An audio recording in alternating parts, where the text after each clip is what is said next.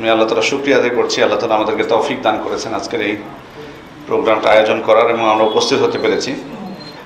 একটা বিষয় বারবার আলোচনা এসছে, সেটা হলো সন্তানের জন্য মডেল হওয়া, যে বিষয়টা এটা অত্যন্ত গুরুত্বপূর্ণ। কারণ কিছু কিছু অভিভাবকের ভাষা মানে এতটাই জঘন্য যেটা কল্পনা করতে পারবেন না।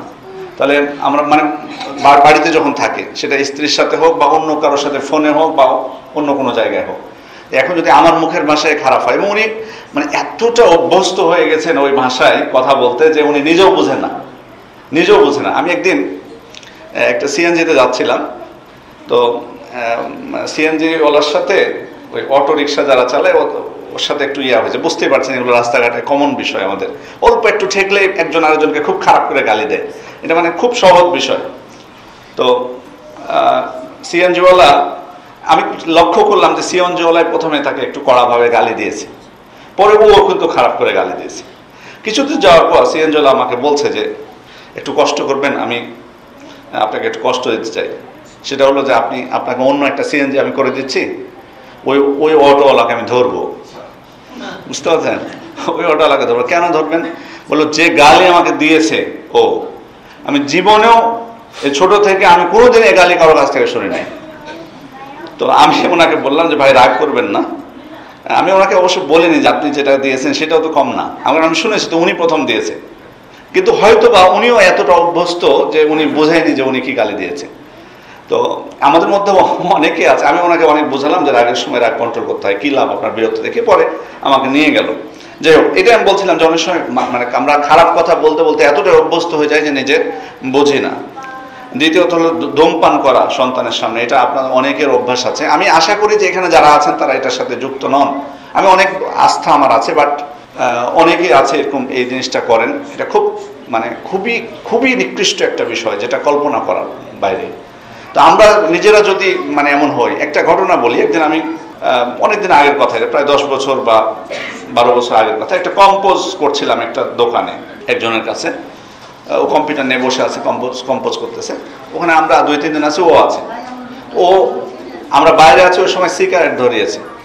ও ওর বন্ধুকে বলতেছে বারবার একটু দেখ আব্বা আসছে কিনা, মানে একটু ভয় পাচ্ছে সিগারেটটা খেতে, ওর আব্বা চলে আসলে মানে দেখে ফেলবে তাকে। তো ও বন্ধুও খেয়াল করছে। কিছুক্ষণ পর যাই হোক ওর আব্বা এসছে, তার আগে ওর অবশ্য শেষ। তো ওর আব্বা এসে বসলো ওখানে চেয়ারে। কিছুক্ষণ পর দেখি যে উনি সিগারেট ধরালেন। তো আমি তখন একটু মনটা এতটা খারাপ লেগেছে, আমি ধরুন ওনাকে পরে বলছি যে ভাই আপনার কোন আব্বারকে দেখে ভয় পাচ্ছিলেন আপনি, মানে আপনি ভয় পাচ্ছিলেন যে এটা কি আপনার সেই আব্বা যাকে দেখে আপনি ভয় পাচ্ছেন? আমি শুধু এইটুকু বলেছি, আর কিছু বলি না। তো উনি বুঝেছে যে আসলে আমি কি বোঝাতে চেয়েছি।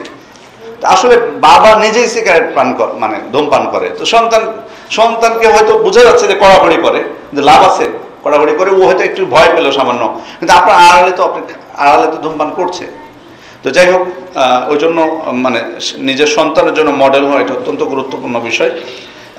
দ্বিতীয় হলো এই জিনিসটা খুব গুরুত্বের সাথে সন্তানকে সময় দেওয়ার বিষয়টা, এটা খুবই গুরুত্বপূর্ণ বিষয়। সন্তানকে কিন্তু সঙ্গী করা, বন্ধু করা। আমি একটা জিনিস খেয়াল করেছি যে সমস্ত মানে আমরা যদি সময় না দিই, মানে সেটা বাইরে নিয়ে যাওয়ার ক্ষেত্রে হোক, বাসায় হোক, বা যে কোনো ক্ষেত্রে হোক, তাহলে কিন্তু সে অন্যর সাথে সময় কাটাবে। সে কিন্তু অলরেডি বন্ধু খুঁজে নেবে সঙ্গী, মানে আমি যদি তার সঙ্গী না হয়। আপনি ছোট থেকে অভ্যাস করান, আপনি তার সঙ্গী হয়তো ও বাইরের সঙ্গীর প্রতি এত আগ্রহী হবে না। এটা আমি নিজে প্র্যাকটিক্যাল, নিজের জীবন বলেন বা অন্যদেরকে দেখে আমি এই জিনিসটা দেখেছি।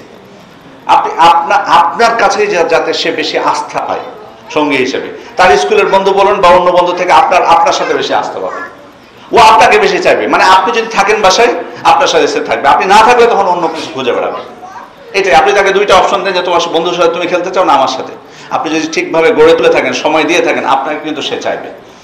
এটা অত্যন্ত, এই জন্য আমি অনুরোধ করবো সময় দেওয়ার ক্ষেত্রে, বিশেষ করে মায়েদের তো প্রশ্নই, ঠিক আছে আমাদের বোনদেরও প্রয়োজন অনেক ক্ষেত্রে, আমি বলছি না যে বোনদের চাকরি করার প্রয়োজন নাই, কিন্তু একটা জিনিস ভাবতে হবে, যে জিনিসটা বারবার আসছিল, সকালে বের হয়ে রাত্রে আসা, এই জিনিসটা যেটা হয়।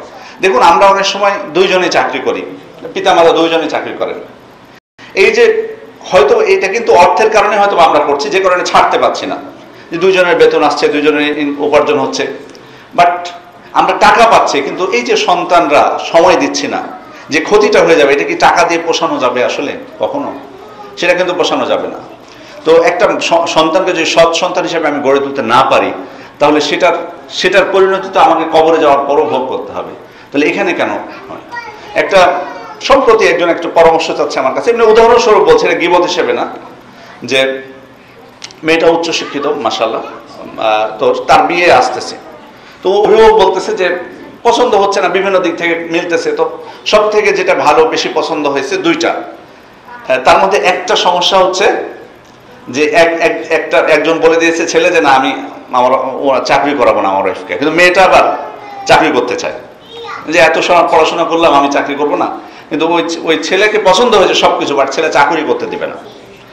এটা একটা তার সমস্যা। আরেকটা পেয়েছে যে সবকিছু ঠিক আছে, সবাই সবাইকে পছন্দ করে, সবকিছু করে, চাকরি করতে দিবে সবকিছু, কিন্তু উনি ব্যাংকে চাকরি করেন। তো এদের আমার পছন্দ হয়েছে ব্যাংকে যিনি চাকরি করে তাকে, বুঝতে পেরেছেন? তাহলে আপনি খেয়াল করুন, বলতেছে যে ওনার সবকিছু ভালো, কিন্তু নেতিবাচকটা হচ্ছে চাকরি করতে দিবে না। তাহলে আমি এখানে খেয়াল করে দেখুন, মানে আমাদের এটা প্রত্যেকেরই কিন্তু নিজস্ব সিদ্ধান্ত নিতে হবে যে আমি কি করবো, তাহলে কোনটাকে আমি বেছে নিচ্ছি, এখানে কোনটাকে আমি বেশি গুরুত্ব দিচ্ছি। তো আসলে সময় দেওয়াটা বাচ্চাদেরকে অত্যন্ত গুরুত্বপূর্ণ। শাস্তির বিষয়ে কয়েকটা কথা বলে আমি শেষ করব। শাস্তি দেওয়ার বিষয়ে সন্তানদেরকে আসলে প্রথমেই যে আসলে মানে শাস্তি বলতে কি আসলে মারধর করা এটাই না, আসলে অন্য কোনো শাস্তি আছে আমাদের সামনে বিকল্প? শুধু কি মারা এটাই শাস্তি, নাকি আরো শাস্তি আছে? আসলে কিন্তু মারাটা কিন্তু হলো, প্রহার করাটা হলো শেষ ধাপ।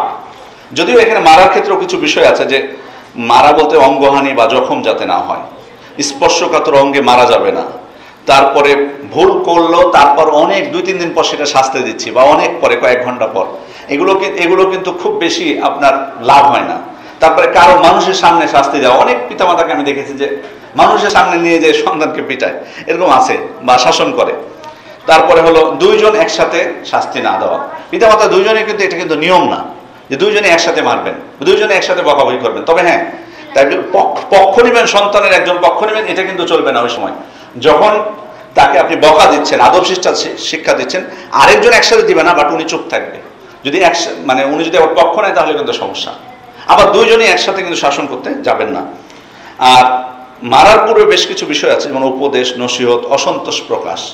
আমি বারবার বলি আপনাদেরকে, এমন মানে আপনাকে দেখে যাতে বুঝে যায় যে আপনি অসন্তুষ্ট তার উপর, এটাও কিন্তু একটা, এটার সন্তান কিন্তু এ ধাপেও কিন্তু সে সংশোধন হয়ে যেতে পারে। আল্লাহ রাসূল সাল্লাল্লাহু আলাইহি ওয়াসাল্লামকে দেখে আয়েশা রাদিয়াল্লাহু আনহা বুঝে গেছিলেন না, ওই যে ছবিওয়ালা যে গদি তৈরি করেছিলেন, দেখে উনি কিন্তু কিছুই বলেননি আল্লাহ রাসূল সাল্লাল্লাহু আলাইহি ওয়াসাল্লাম যে তুমি কি কেন এটা করলাম। উনি বলছেন যে আমি আপনার কাছে ক্ষমা চাচ্ছি, আমার কি অপরাধ বলুন, শুধু মুখে চেহারা দেখে।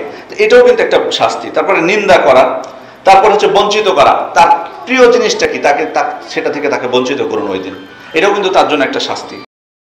তারপরে কথাবার্তার প্রয়োজনে আপনি বন্ধ করে দিন, সমস্যা নেই। ও আপনাকে প্রশ্ন করছে কিন্তু আপনি উত্তর দেবেন না, তোমার সাথে আজকে কোনো কথা নেই, তুমি এই কাজ করেছো। এই যে এই ধাপগুলো, কিছু বিষয় আছে যেগুলোর কারণে আপনি দেখবেন হতে পারে অনেক বাচ্চা, আমাদেরই অনেক বাচ্চার মারার প্রয়োজন নাই, তাকে কিছু ভয় দেখালেন হালকা পাতলা। তো এই যে এই বিষয়গুলো, তো যাই হোক, আমরা অনেক কথা শুনলাম। আমি আশা করি যে আসর পর থেকে যে কথাগুলো হয়েছে, আসরের আগেও হয়তো বা হয়েছে আমি জানি না, আসরের পর থেকে আমি শুনেছি, যতটুকু হয়েছে আলহামদুলিল্লাহ, যদি আমরা মানতে পারি, প্রয়োগ করতে পারি, আলহামদুলিল্লাহ ভালো ফলাফল আমরা পাবো ইনশাল্লাহ। যদি মানতে পারি, অনেক কথা কিন্তু বলা হয়েছে, অনেকগুলো বিষয়, এগুলো মানার জীবনে প্রয়োগ করাটা, আমাদের জীবনে মানাটাই কিন্তু সব থেকে বড় চ্যালেঞ্জ। সেক্ষেত্রে এই যে কোরআনের বিষয়ে যে আলোচনাগুলো শুনলেন, সেগুলো আসলে কতটুকু আমরা বাস্তবায়ন করতে পারছি। এই জন্য আমি অনুরোধ করব যে আসুন, আমাদের উদ্দেশ্য এটাই, এত কিছু আয়োজন করে দেখানো না যে এত কিছু আমরা করতেছি প্রচার প্রসারের জন্য না। আমাদের সত্যি উদ্দেশ্য ছিল এই অনুষ্ঠানে যাতে আমরা উপকৃত হই, যাতে আমাদের মধ্যে পরিবর্তন আসে, বাচ্চাদের হোক আমাদের হোক, এই উদ্দেশ্য। এই জন্য আমি সবার কাছে অনুরোধ করছি যে আপনারা ইনশাল্লাহ, আশা করছি যে ফায়দা পেয়েছেন। এবং এগুলোকে আমি বোনদেরকে অনুরোধ করব যে আপনারা গল্পগুজব, এই সমস্ত অনুষ্ঠানগুলোতে, আজকে আমি জানি না কি অবস্থা ছিল সেখানে, ভবিষ্যতে যাতে গল্পগুজব না হয় ওইসব মানে প্রোগ্রামে, যে আলোচনাগুলো হচ্ছে এগুলো মনোযোগ দিয়ে শুনবেন ইনশাল্লাহ।